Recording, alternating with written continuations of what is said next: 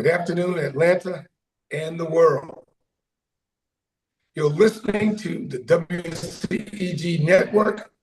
We are the worldwide community empowerment group where we speak life into the community.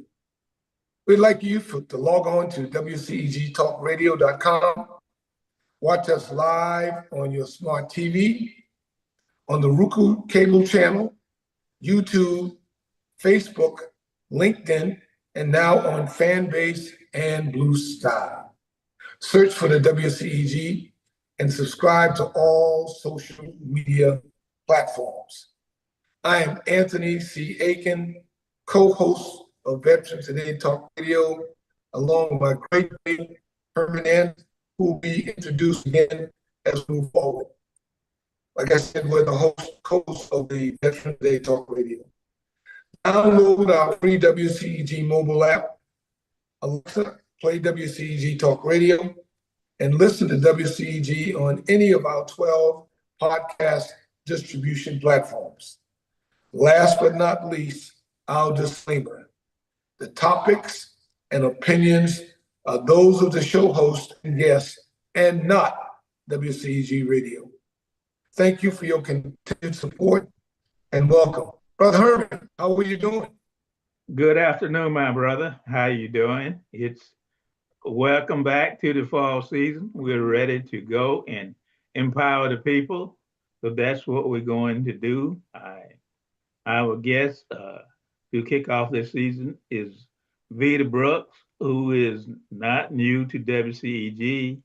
She is, we're going to talk a lot about claims and other stuff today. So we are ready. So Veda, would you, we're not going to read a long bio, so would you introduce yourself, please? Absolutely. My name is Veda Brooks. I am with the Georgia Department of Veteran Service. I am the Women and Minority Coordinator for the state, and I am the founder of V2, National Association of Foster Youth, Inc. We work with military children to ensure that they have resilience and are prepared to live the civilian life once they leave their bases. Sounds great. So let's get started. Now what we talk about is in today's environment dealing with veterans in the VA system and dealing with benefits, dealing with just get in the system. And my take on it is we still have a lot of people that are not in the system.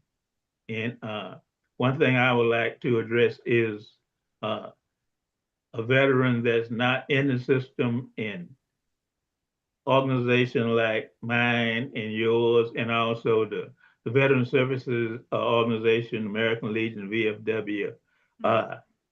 What you recommend how you recommend we address initial members, initial veterans? Initial veterans.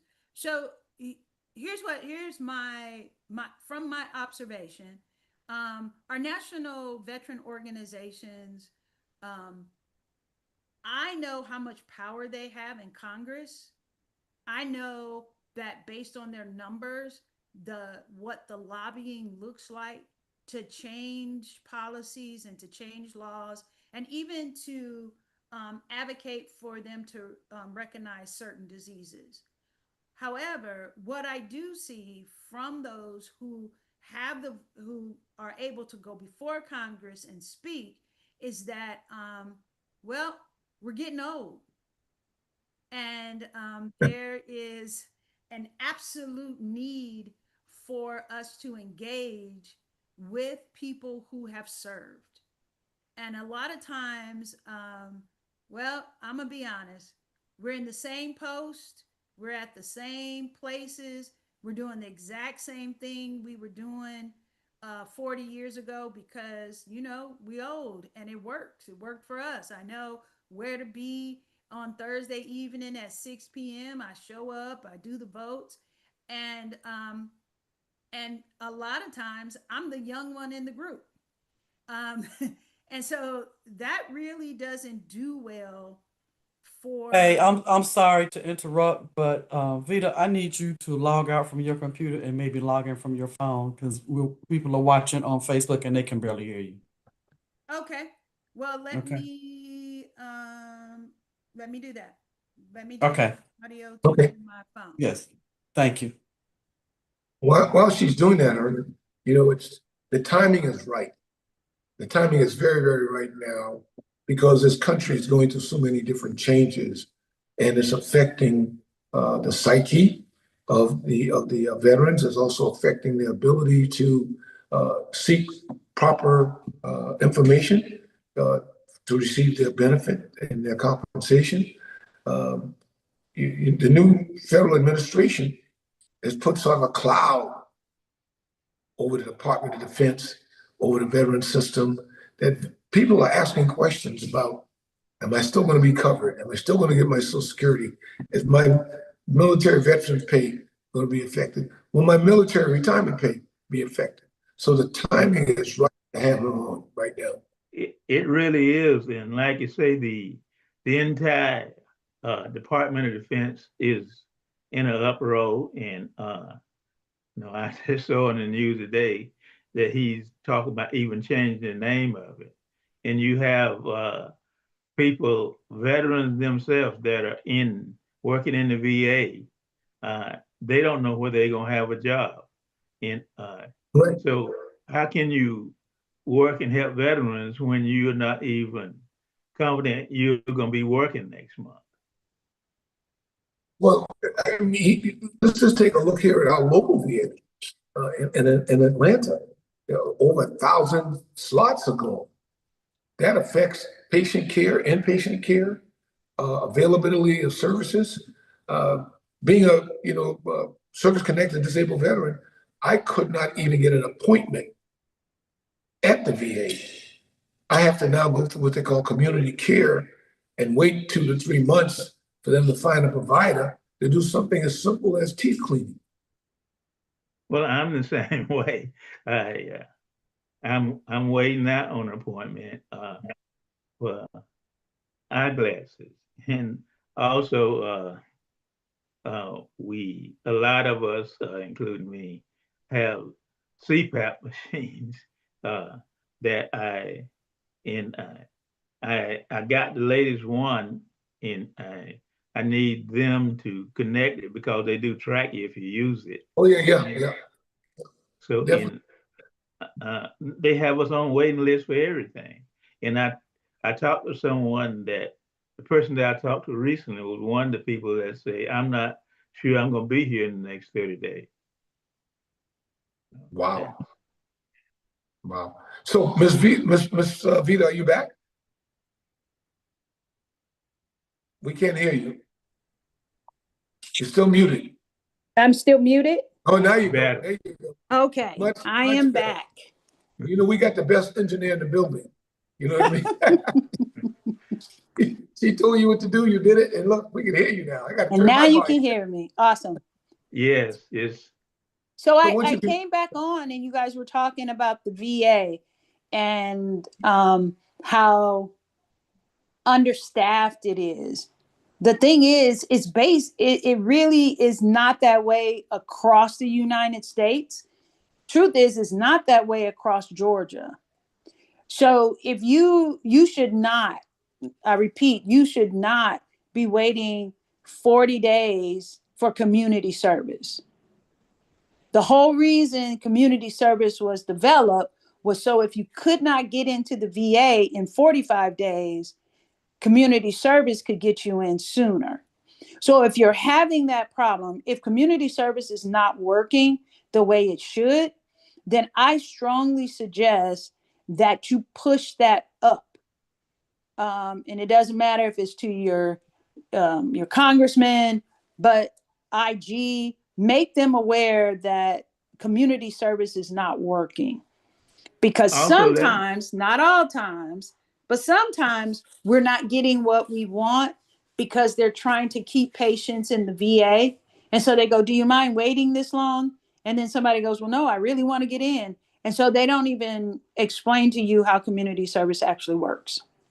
No, Well, they don't. also, I want to point out that there's still quite a few veterans are not aware of community services. Been there all the time, but the new rules are different, and we still have veterans that go out to the VA and not aware that there's an option like community service. That is true. And but I also want to remind them that there is also a very slow move when it comes to the federal government paying their bills. And so what happens to veterans is that they go out to community care, that facility sends them the bill, and then we get calls to say, hey, I need help paying my rent because VA never paid this bill and I just paid it. So we have to stop paying those bills, and making sure VA knows these bills need to get paid. Take those unpaid bills into the social worker in your local clinic and have them do what they need to do to make sure it gets paid. Uh, that's I'm glad you mentioned social worker, because there are still some veterans also that are not aware that if you are in the system, you got a social worker. That is true. They don't know because I ask a veteran, did you know you had a social worker? And they say, no, I've never seen them. I don't even know their name. When you go to your next appointment, when they get ready to make you an appointment, whenever that is, I need you to say, I'd also like to speak to my social worker when I come to this appointment. So even if it's nothing but you going in, introducing yourself and finding out who that person is, it's worth the time. That person can help with if you're having food insecurity. They can help you get into money management classes if you're having a hard time paying bills. There are a lot of resources that our social worker can do for us. They can connect you to community services. The VA might not have that, but hey, I know that these people can do it for you. It's the same way if you need care at home and the VA has a waiting list for you to get help. Your social worker can connect you to and complete all that paperwork for the Georgia Department of Aging Services to do some in-home care for you while you're waiting on the VA to do all of their paperwork. So, but we have to connect with those social workers. So that's another Georgia Department of Aging Services. Mm-hmm. So that's new. I'm glad you put it out there. Thank you. You're welcome. The bottom line about everything we just been talking about with this young lady is communication, making sure that information sources are available to veterans all over.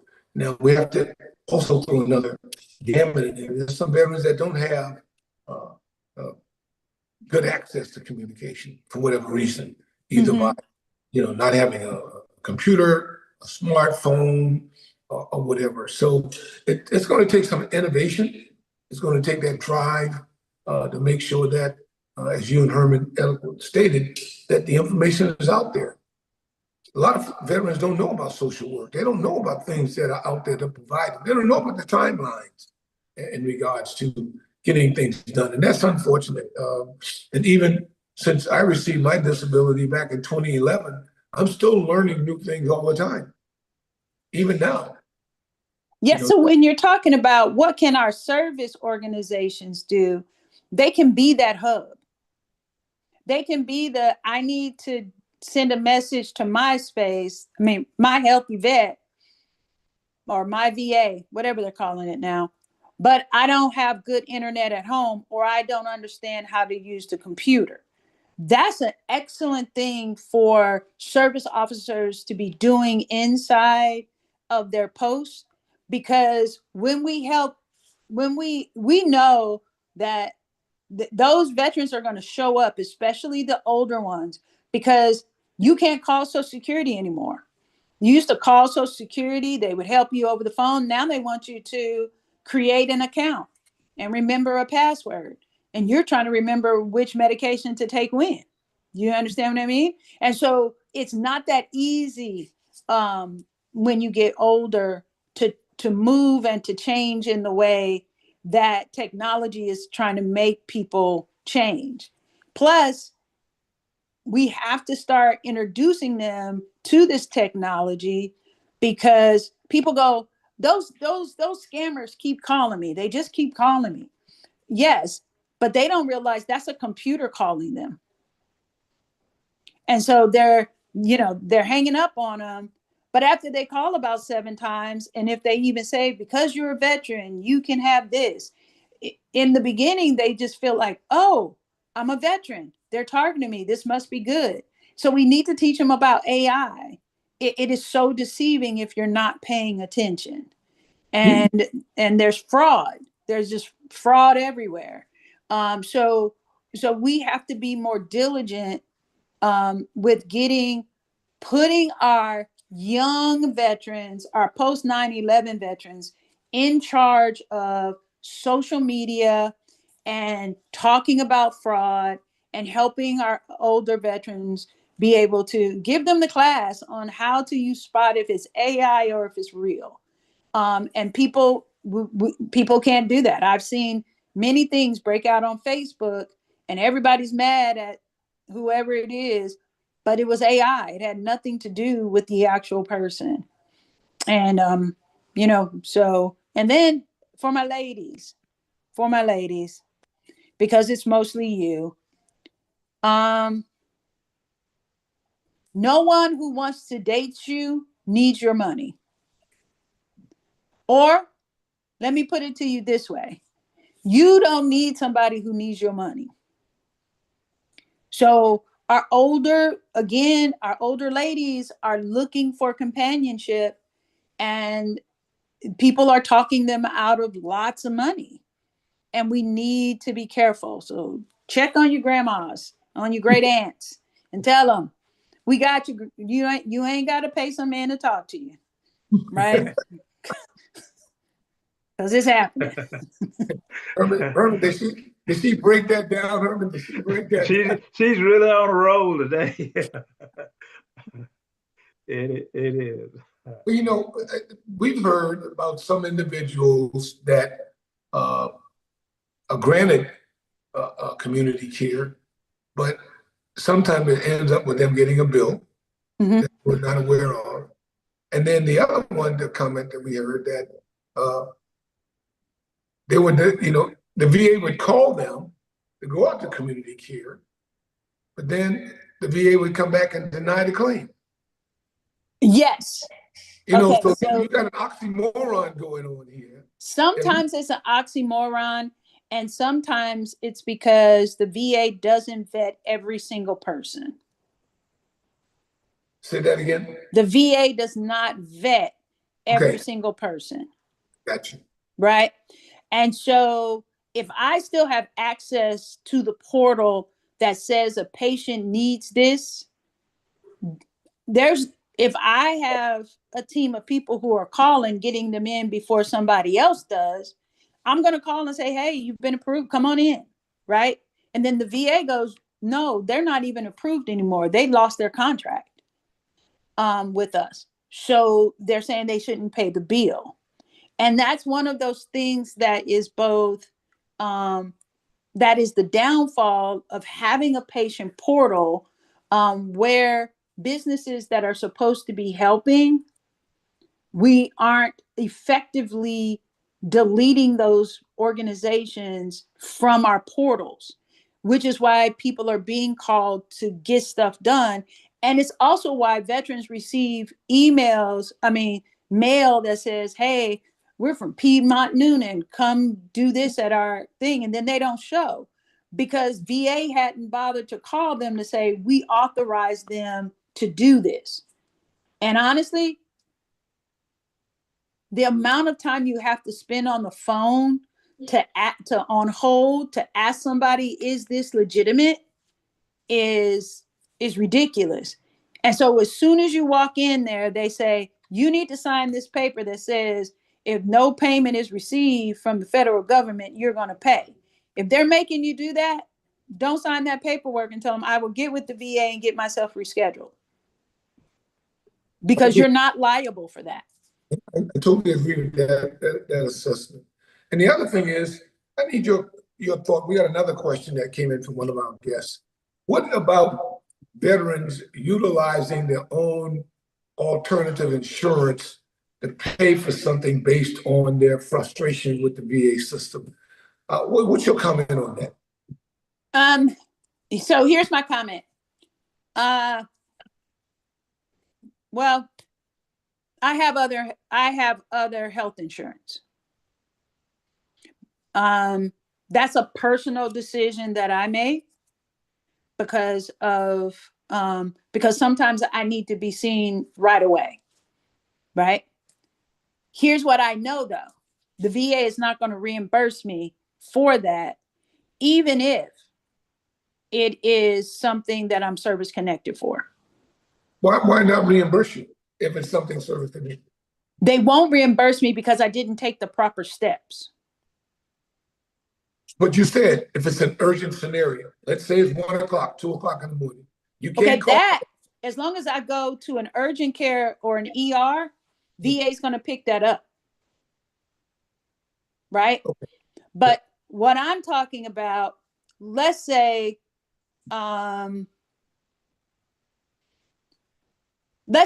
you're service connected for what's happened to you after you've had all of your treatment for cancer, right? Now they decide your cancer is in remission, but then you start seeing some of the signs come back, and you call the VA and you're like, hey, I need to get in to see a urologist, or I need to get in to see to get a new mammogram because I feel a lump, or I'm having some of those issues that make me think maybe the cancer has come back, right? And they say to you, all right, we can get you in October 29th. Yep.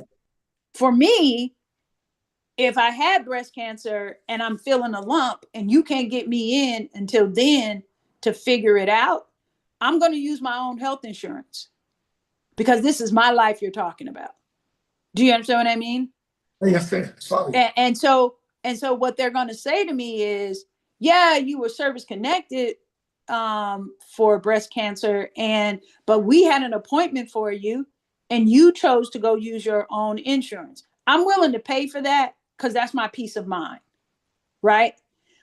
However, there is another thing you can do, and you can simply say, no, that's not going to work for me. I need to be seen right now.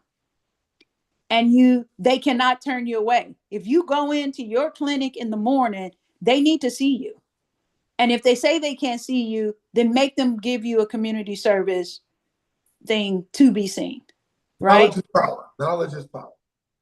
So that's where that comes in. By the way, if you report to the VA that you have alternative insurance, I think they're billing that insurance as well. Well, I'm not sure, because I have it also, and they asked me, and Don't and give away they any secrets online. I had it in the last couple of months. I went to Piedmont instead of going to the VA, So yeah, and they sent the VA wanted to know about it, and they wouldn't pay it. So they're not going to pay it if you use your personal insurance first. Wow. Good knowledge, good information for an individual going over there to the Atlanta VA or any other VA around the country, because healthcare is so important. We still have a lot of veterans that are experiencing concerns. But let me ask you to switch a little bit. Wait a minute. Let me address something though. If I am in, let's say, California, right? And I go in to see someone because I'm assigned to Georgia, and the nearest, as far as I know, the nearest VA is pretty far. And if I go into a hospital then when I'm out of Vision 7, even if my insurance pays for some of it, I can go back and ask VA to help me out with some of this bill, because even if the only thing they're paying me back is my deductible, because I had to go out of the system because I was traveling. So don't, yeah, but if it's, yeah, so, but if you're in Georgia, you're inside Vision 7, Vision 7 expects you to do that. And then you have several days, you have 72 hours to call and say, listen, I was in Los Angeles. I ended up at Los Angeles emergency room or Los Angeles, whatever. And so I'm gonna need you guys to cover that for me. So that does work, but get a copy of all your paperwork, make sure that you have it, and tell them, take a copy of my VA ID card. That's important. Well, It's that's important. what you emphasize is what is communication, and it's also documentation. It's like Oh yeah, creating the trail. Mhm. Yeah. absolutely, absolutely. So let's switch because September is Suicide Prevention Month. So let's talk about that. So yes, it is Suicide Prevention Month, but you know, as veterans, that's what we live every day. Every So day. we and the best I can tell you is what your responsibility is remaining the battle buddy. Give the people around you a place where they can come and feel comfortable talking, right? We're not expected. Here's the thing. If I'm driving down the highway and I see a car accident, I'm going to pull my car over. I'm going to try to make sure the person is safe. But as soon as the paramedics come, I'm like, see ya, and I'm driving on because I've done what I could do. You understand what I'm saying? And so when we talk about suicide prevention, we are not talking about somebody has a gun to their head and now we need to intervene. You should always make sure that you're safe. But providing those spaces inside those national organizations where somebody can come and say, I'm not okay. And then somebody says to them, well, let's talk. As opposed to, you think you doing bad. Mine is worse than yours. We're not about upping whose trauma is the worst. We're just about, hey, then let's sit and let's talk. Let's talk about what's going on. Because sometimes, so many times when someone has come to me feeling completely hopeless, the thing that they need to feel supported is really simple. You know, it's a family with no food. When you're working the best you can and you're doing what you need to do, but you have difficulty providing food, I know a food bank. I can get them some food, or I can tell them where to go get the food so they can get all the way to the end of the month. Right? But when you say, Right. I need to feed my kids, so I'm going to take some of the rent money because next month when the rent is due, now you don't pay all your rent.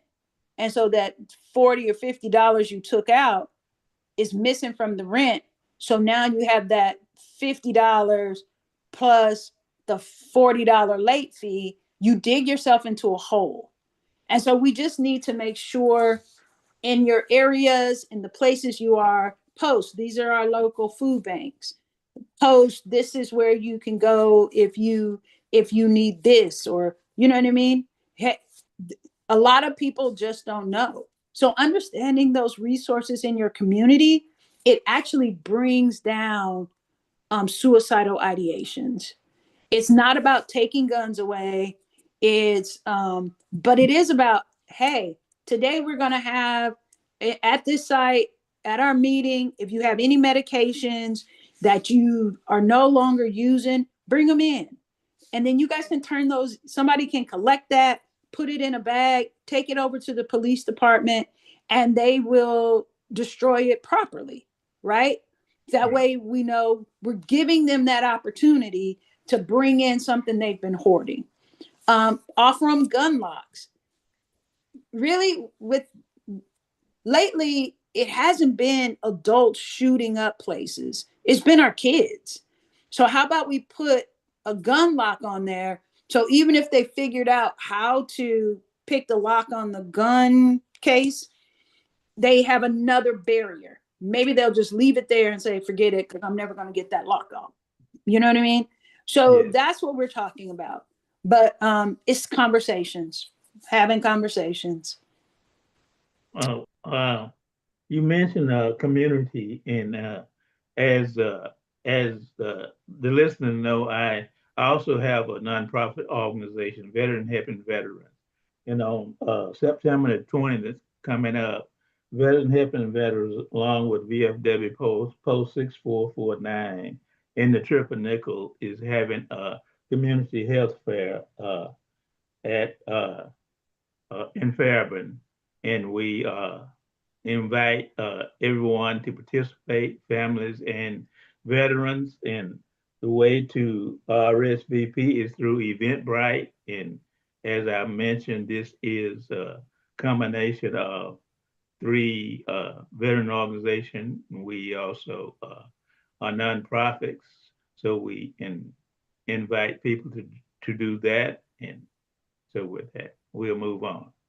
And I love that 3 organizations are working together, because what that shows is community within the organizations. And it makes it okay for one organization to say, I can't do it all by myself, but we're so aligned in the mission, let's work together. That is you exactly right. And that's my goal, and it's getting better. So I'm thankful for that. I am too, because the way to make money stretch is to share the load. Resources, share the load. I used to throw boxes off of the back of a truck, and now I'm like, is there anybody here younger than me? Yeah, as you mentioned, we all are aging, so we need some post 9/11 veterans. That's another topic. We all of the organization, as you mentioned, is that it's we need to make it our priority to recruit younger veterans and get them involved. But I'm gonna tell you what they want. They want a family environment. Sounds good. They want a family environment, and they don't want to sit in a meeting for an hour and a half. I agree. Yeah. Give them something to do. Give them something to do. I do have a question for you. During President Obama's administration, one thing that he and Mr. Obama started was, let's get the veterans off the street. Let's eliminate and reduce the homeless veteran population. And basically all the major municipalities around the country that had large homeless veteran populations were under this particular guide to reduce that number. What are you seeing now in regards to that population? Do we still have an excessive number of homeless veterans in various parts of the country? We do, and they're younger. Wow. And you would be surprised to find out in areas like Atlanta, Los Angeles, where the cost of living is high, you have a veteran who is receiving 100% disability and cannot qualify for the income that they need for an apartment. So if you're making like $3,400, that's great. 5 years ago in Atlanta, the rent in a place where you feel safe is almost $2,000. He doesn't have 3 times the amount of rent, he or she. And so their income doesn't allow them to rent. And we really need to be lobbying. I know we tried to lobby to get rid of the 3 times, and I think now it's 2 times the amount of rent. But what they didn't do when they ordered them to get rid of 3 times the amount of rent and told them they had to do it at 2, everybody raised the rent. So it still knocked our disability people out of the market. And the nonprofit organizations that have been trying to kind of pick up the slack, we now have where the latest administration has defunded a lot of nonprofits. Right. And so how do you do that? How do you get the money? And it was so funny today, I was listening to the radio and I heard that $300 billion is being spent to bet on college and professional sports. $300 billion. Woo. That's Right? an alarming number. And we have people sleeping on the street and kids who are having difficulty. I'm not going to get on my soapbox. I guess what I'm saying is we somehow have to shift our understanding to the federal government is not going to be the deep pockets they used to be. And we have to find some kind of way to engage with those people who have the disposable income to bet on games, to actually bet on the lives of the people in the United States. Bet on some veterans. While you were there, tell us about your nonprofit. So my nonprofit is we're all about youth. So we underneath us, we do 13 to 25. That is our bracket. We teach life skills. We teach resilience. We do job training. We have mentors. We take care of those children whose parents may be far away. So we also take care of military youth. We're working with the National Guard right now, and we're giving classes and we're talking to them and making sure they're resilient and ready, and giving them a better understanding of how college works and how to get funded and what to do. They've just lowered how much money you can receive, which really leaves our National Guard and most of our veterans who are not, especially our disabled veterans, they're now capping how much money you can borrow. So that means you may have the smarts to get a doctorate or to become a doctor, but the money runs out. So we have to figure out how are we going to get our kids back in school and how are we going to support them so that they make it. So that's what we do. We are excited. We're planning a youth summit where we're going to bring together all of the military children between 13 and 25. What we do for 18 to 25, if you've graduated from high school, we have a program where we're building leaders by making them captains of teams that will be there. So we continue to do that. So it is what makes my heart beat. It's my passion.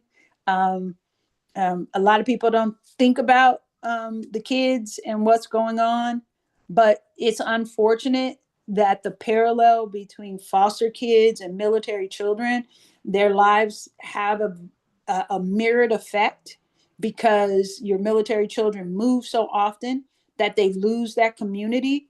And then when you take them off of a base, that's the only thing they've ever known. And then their parents retire and go to the civilian world. They don't know where they fit. They've been going to school on base. They've been shopping on base. All their friends are on base. Their sports, everything they need has been in one location. And now they get dropped into Atlanta. And now they have to figure that all out. And the support for learning disabilities is different from state to state, where it's very consistent on base. So parents are frustrated trying to make sure their kids get their IEPs and all the other things that need to take place. So yeah, so that's what we're doing. So we're building a community of young people who will support each other.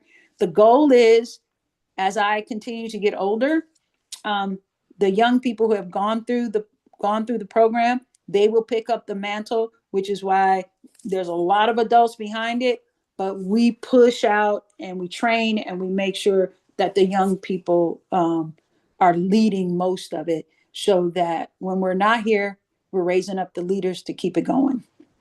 That's great. And also there's kind of moving to another topic is resources. And there are a lot of resources from the Georgia Department of Veteran Services and the VA that it's always been our goal on this program is try to inform our listeners of some of the resources that are available and actually veterans are not using. So Yes, there's a big thing. Yeah, now there's a huge thing for if you are 100% permanent and total, and your kids are entitled to Chapter 35. A lot of people don't know that if your child turns 18 while they are in high school, they can go ahead and apply for Chapter 13, and they will start receiving $1,000 a month. That's huge.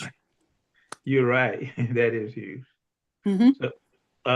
So what are some of the other services that Georgia Department of Veteran Services offer? Just by going to the website, I know they're there. So Mm-hmm. I just want to put the word out to people. Just go to the Georgia Department of Veteran Services and to the VA website, and you will see resources available that you didn't know about. Absolutely. Oh, correct. For Yeah, all yeah. of those people who are out there and they're going to school, maybe you're going to school to be a plumber or electrician or any job that requires you to have OJT. By the way, that includes becoming a realtor, right? There's a certain amount of time that you have to sit underneath another realtor. Check with our education department. You may be entitled to monies from the OJT section. So you want to look at that. So when you're retraining for another job, if it does take you having to be monitored by somebody before you can fully go out and do it on your own, do that. Apply for that on the job training money. Is it millions? No, but it does help. And I have one. Mm-hmm. I have one question for you. It's in that line, I've been approached by veterans that say, "Well, I'm service connected. I never utilized some of the benefits Mm-hmm. available to me, like veteran life insurance policy or voc rehab or going back to get an additional degree." So let's say that veteran has been um, approved with his disability 15, 20 years ago. Mm-hmm. But now that veteran would like to go back to school, say to get a undergraduate degree or master's degree or even a doctorate degree or any other kind of training. Is that money still available to them if they explain a scenario or situation to a VA counselor, or that situation is all over because they are outside the timeline? So here's what I'm going to tell you. The regulation says that they're outside the timeline, right? Can't do it.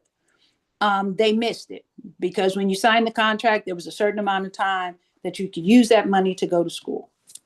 However, I personally have been very successful in helping veterans get that waived.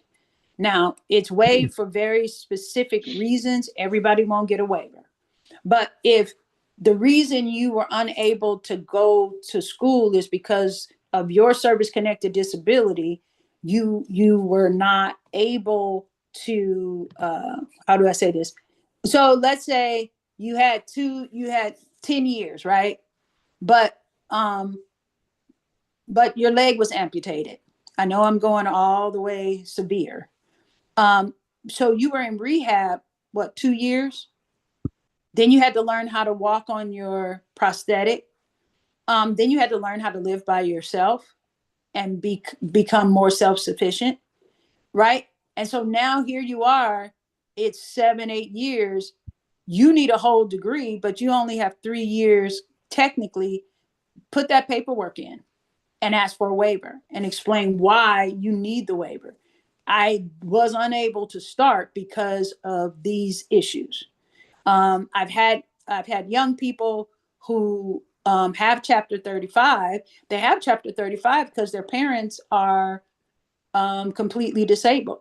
And so then they've dropped out of college to come home to help that parent, right? Put in your waiver paperwork and say, from this time to this time, I was caring for my parent, the veteran who provides this. And when he passed away, I had to take care of him until he passed away. So I'm asking that those years come back to me. That happens. Now, you can't make up some big elaborate story that you can't back up. So keep your paperwork, keep doing what you can do, and do it that way. But there are some, and Yep. here's what I say. I put in a waiver. I mean, not for anything silly. Don't be like, well, I didn't want to go to school because I figured it wasn't going to do me no good. And so now here I am, and all my friends got degrees, so I want one. That's not waiverable. Those were just choices, right? Right. So look at it, but also check your state. At some point, every state does tuition free for veterans. Okay. And I think I don't want to lie, but I think Georgia's 65 or something Well, like that. Herman and I got a few more years before we get to that. You know what I'm saying? But Yeah. But you could also check with your technical colleges. Some of the technical colleges also have some waivers for disabled veterans. So I got a couple of ones before we run out of time, and one is VIC, widows and VIC. So tell us about that quickly. So DIC is awarded to surviving spouses when the veteran dies from a service-connected disability or the death certificate annotates that disability contributed to his death. Okay. But I am working on a series where we'll be able to do it online and in person, where all we're talking about are widows and widowers and special needs children, all of the resources that they actually have. So that'll be coming soon because we are getting a lot of questions because, we're getting older. So I got one more hot one. Is okay. Other than honorable discharge, what I know people that need to deal with that. So what are their options? So if it's other than honorable, if the thing says, again, everything can be waived. We'd have to take that case by case. Other than honorable, because you went AWOL, but you also just did 3 tours in Kuwait, and you knew you were coming back down on orders and you just couldn't go back, that's probably mental health. We can get that waived. So let's look. Now, if it's other than honorable, but you robbed a bank, we can't do nothing with that. Right? Right. There's some things we can't fix. But I would say bring it up and definitely let's review it and let's see what's going on. Sounds great. All right. I'll tell you what, We- you've been so filled with information today. Um, and I think this has been a great show at the beginning of the year, that we've covered so many different things that our veterans need to know and to understand. So you've really fit the bill for our first year starting off again for this year. And we just want to say thank you, thank you, thank you, thank you. Well, thank you so much for having me. As always, I appreciate what you guys are doing. I thank you for spreading the word. This is how our people get to know what's out there for them, and don't fall asleep on the benefits they've already earned. They earned it. You're right about that. They don't fall asleep on it because it's there for you to use. And we encourage veterans all the time to seek, ask questions, and get what you've earned. Mm-hmm. Get what you've Well, earned. that's one thing that Anthony and myself in WCEG been doing from day one is to empower the community and also, like to say, let veterans know we earned it. It's not you still get people that say it's I don't want to deal for whatever reason, Mm-hmm. but it's you actually leaving money you earn on the table when you Right. make that decision. And I will tell you, because I get it mostly from men, if you don't want the money, let's say you have a disability and you say, I don't even want that money. You know what? That's fine. But what if you don't spend the money, but you put it into an account? Because even though your wife might be entitled to DIC, sometimes it could take up to a year. So if you take all the money they send you and put it into a CD or something else, or IRA, you know what? That year, while all the other people are trying to figure out how to keep the house, she's set. I'm just saying, I'm just putting it out there for people who want to continue to take care of their loved ones once they're gone. Yeah, I agree with you 100% on that. Yeah, Yeah. you really got some good solutions today. Thank you. Well, Herman, Veda, great show. Uh, as always, we have to give a big shout out to our technical team, as Miss Vivian, who has really made us look good. We're getting like, I'm 57 yet now, I'm not 75 yet, but she does everything to make us look good. But we also want to give a shout out to Penny Rogers, who had a vision for the WCEG network, and now it's expanding and she's being honored. So we want to give a shout out to her and let her know we appreciate what she has done, not only for the WCEG network, but for the entire community. You agree with that, Herman? I agree with it, and we also want to uh, let put out there that WCEG Media has quite a few other shows. We encourage everybody to tune in, go to the website, look at the time that they're coming on, and tune in and support the entire network. Exactly right. Herman and I are both Omega men, and one of our cardinal principles is uplift. And we want to uplift everyone that comes on our show. We want to lift up other radio hosts, and we just want to uplift the entire network because we speak truth into the community, and it's a joy. It's been almost 10 years for us, Herman, or maybe 10 years already. Yeah. And it's something that we enjoy. We really, really enjoy this, and having great guests like we had today is just a small pimple of what we try to do for our communities. So we thank everybody. Why don't you close us on out, Herman? Just close us on out, man. It's a good thing. Well, with that, we are off to a great new season. And as Anthony said, we have been doing this for a few years now. And every show, every season, we always emphasize that we do our homework before we go on the air, and our guests are prepared. So it's everybody have a good weekend, and WCEG Media got additional shows coming up, so please tune in. Herman, great show. Look to seeing everybody in 2 weeks. We'll have another great guest. And we want to thank our guest today for the great information she's